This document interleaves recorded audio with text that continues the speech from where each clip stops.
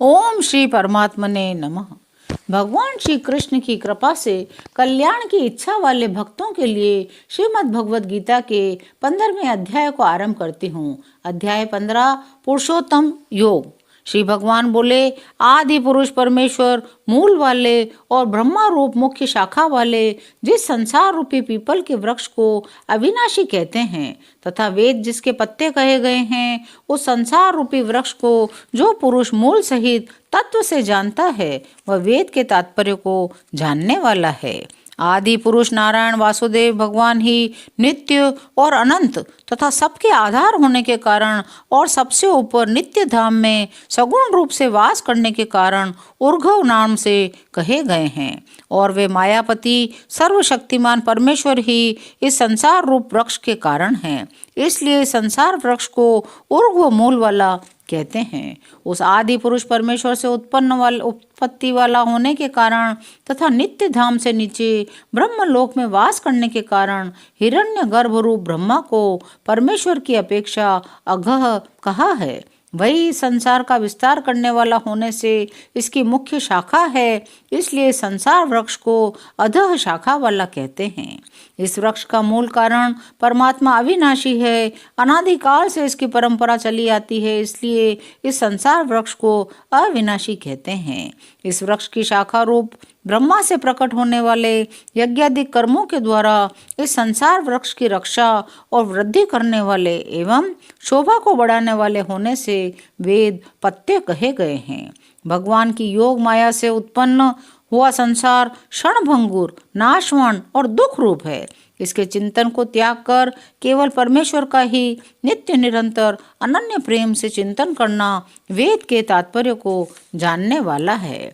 उस संसार वृक्ष की तीनों गुणों रूपों जल के द्वारा बढ़ी हुई एवं विषय भोग रूपी कौंफलों वाली देव, मनुष्य और तिर्यक आदि योनि रूप शाखाएं नीचे और ऊपर सर्वत्र फैली हुई हैं तथा मनुष्य लोक में कर्मों के अनुसार बांधने वाली अहंता, ममता और वासना रूपी जड़ें भी नीचे और ऊपर सभी लोकों में व्याप्त हो रही हैं। शब्द, स्पर्श, रूप, रस और गंध ये पांचों स्थूल देह और इंद्रियों की अपेक्षा सूक्ष्म होने के कारण उन शाखाओं को कौंपलों के रूप में कहा गया है। मुख्य शाखा रूप ब्रह्मा से संपूर्ण लोकों के सहित देव, मनुष्य और तिर्यक आदि योनियों की उत्पत्ति और विस्तार हुआ है, इसलिए उनका यहाँ शाखाओं के रूप में वर्णन किया है। अहंता, ममता और वासना रूप मूलों को केवल मनुष्य योनि में कर्मों के अनुसार बांधने वाली कहने के कारण यह है कि अन्य सब योनियों में तो केवल पूर्वकृत कर्मों के फल को भोगने का ही अधिकार है, परंतु मनुष्य योनि में नवीन कर्म करने का भी अधिकार है। इस संसार वृक्ष का स्वरूप जैसा कहा है वैसा यहाँ विचार काल में नहीं पाया जाता, क्योंकि न तो इसका आदि है न अंत है, न इसकी अच्छी प्रकार से स्थिति ही है। इसलिए इस अहंता, ममता और वासना रूप अति दृढ़ मूलों वाले संसार रूपी पीपल के वृक्ष को दृढ़ वैराग्य रूपी शस्त्र द्वारा काट कर ही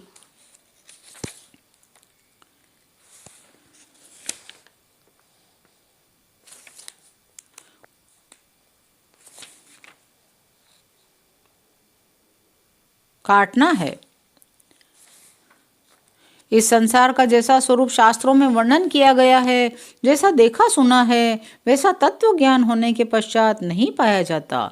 जिस प्रकार आँख खुलने के पश्चात स्वप्न का संसार नहीं पाया जाता, इसका आदि नहीं है, यह कहने का प्रयोजन यह है इसकी परंपरा कब से चली आती है इसका कोई पता नहीं है। इसका अंत नहीं है, यह कहने का प्रयोजन यह है इसकी परंपरा कब तक चलती रहेगी इसका कोई पता नहीं है। इसकी अच्छी प्रकार स्थिति भी नहीं है, यह कहने का प्रयोजन यह है कि वास्तव में यह क्षणभंगुर और नाशवान है। ब्रह्मलोक तक के भोग क्षणिक और नाशवान है।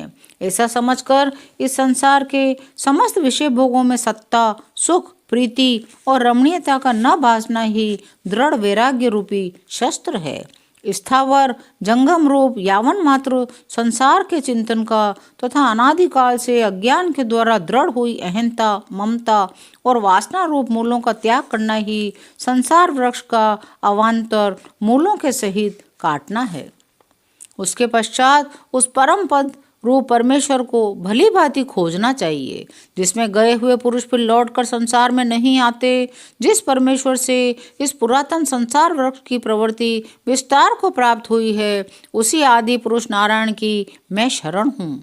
इस प्रकार दृढ़ निश्चय करके उस परमेश्वर का मनन और निंध्यासन करना चाहिए, जिनका मान और मोह नष्ट हो गया है, जिन्होंने आसक्ति रूपी दोष को जीत लिया है, जिनकी परमात्मा के स्वरूप में नित्य स्थिति है, जिनकी कामनाएं पूर्ण रूप से नष्ट हो गई है, वे सुख दुख नामक द्वंद्वों से विमुक्त ज्ञानी जन उस अविनाशी परम पद को प्राप्त होते हैं।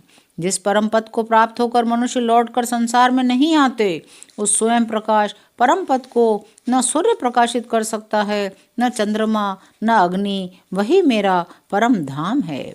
इस देह में यह जीवात्मा मेरा ही सनातन अंश है। जैसे विभाग रहित स्थित हुआ महाकाश घटों में पृथक पृथक की भांति प्रतीत होता है, वैसे ही सब भूतों में एक ही रूप से स्थित हुआ भी परमात्मा पृथक पृथक की भांति प्रतीत होता है।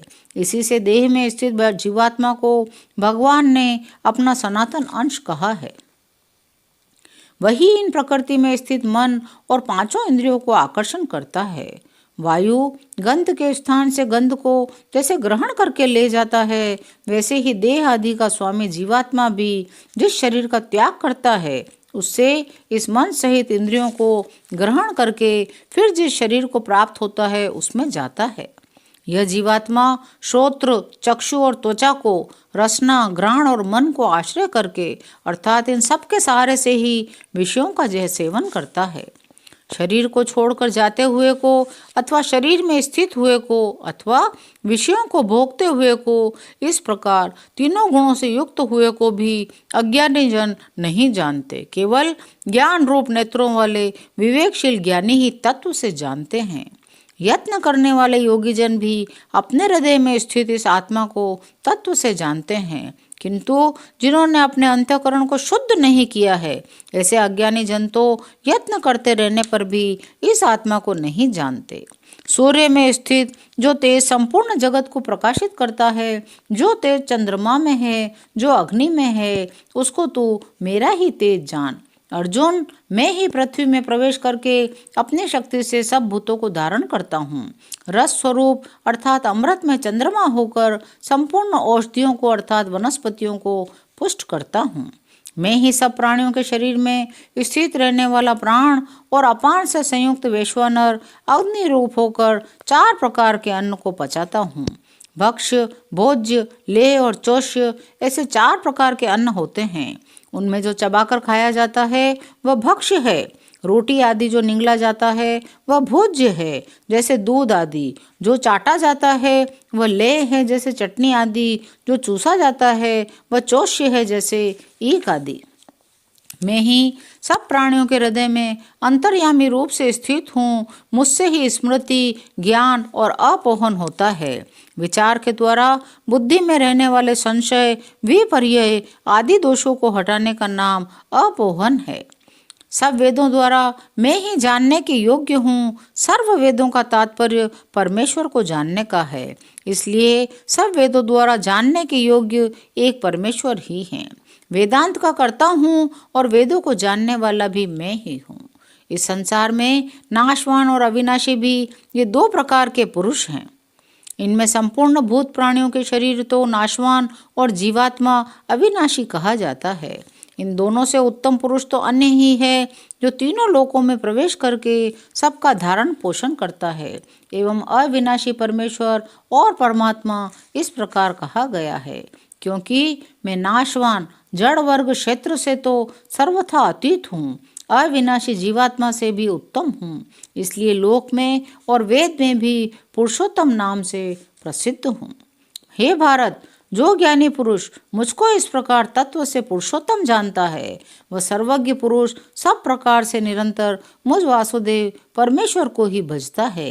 हे निष्पाप अर्जुन, इस प्रकार यह अति रहस्य युक्त गोपनीय शास्त्र मेरे द्वारा कहा गया है। इसको तत्व से जानकर मनुष्य ज्ञानवान और कृतार्थ हो जाता है। 15वां अध्याय यहीं विराम लेता है। शेष अगले अंकों में। जय श्री कृष्ण।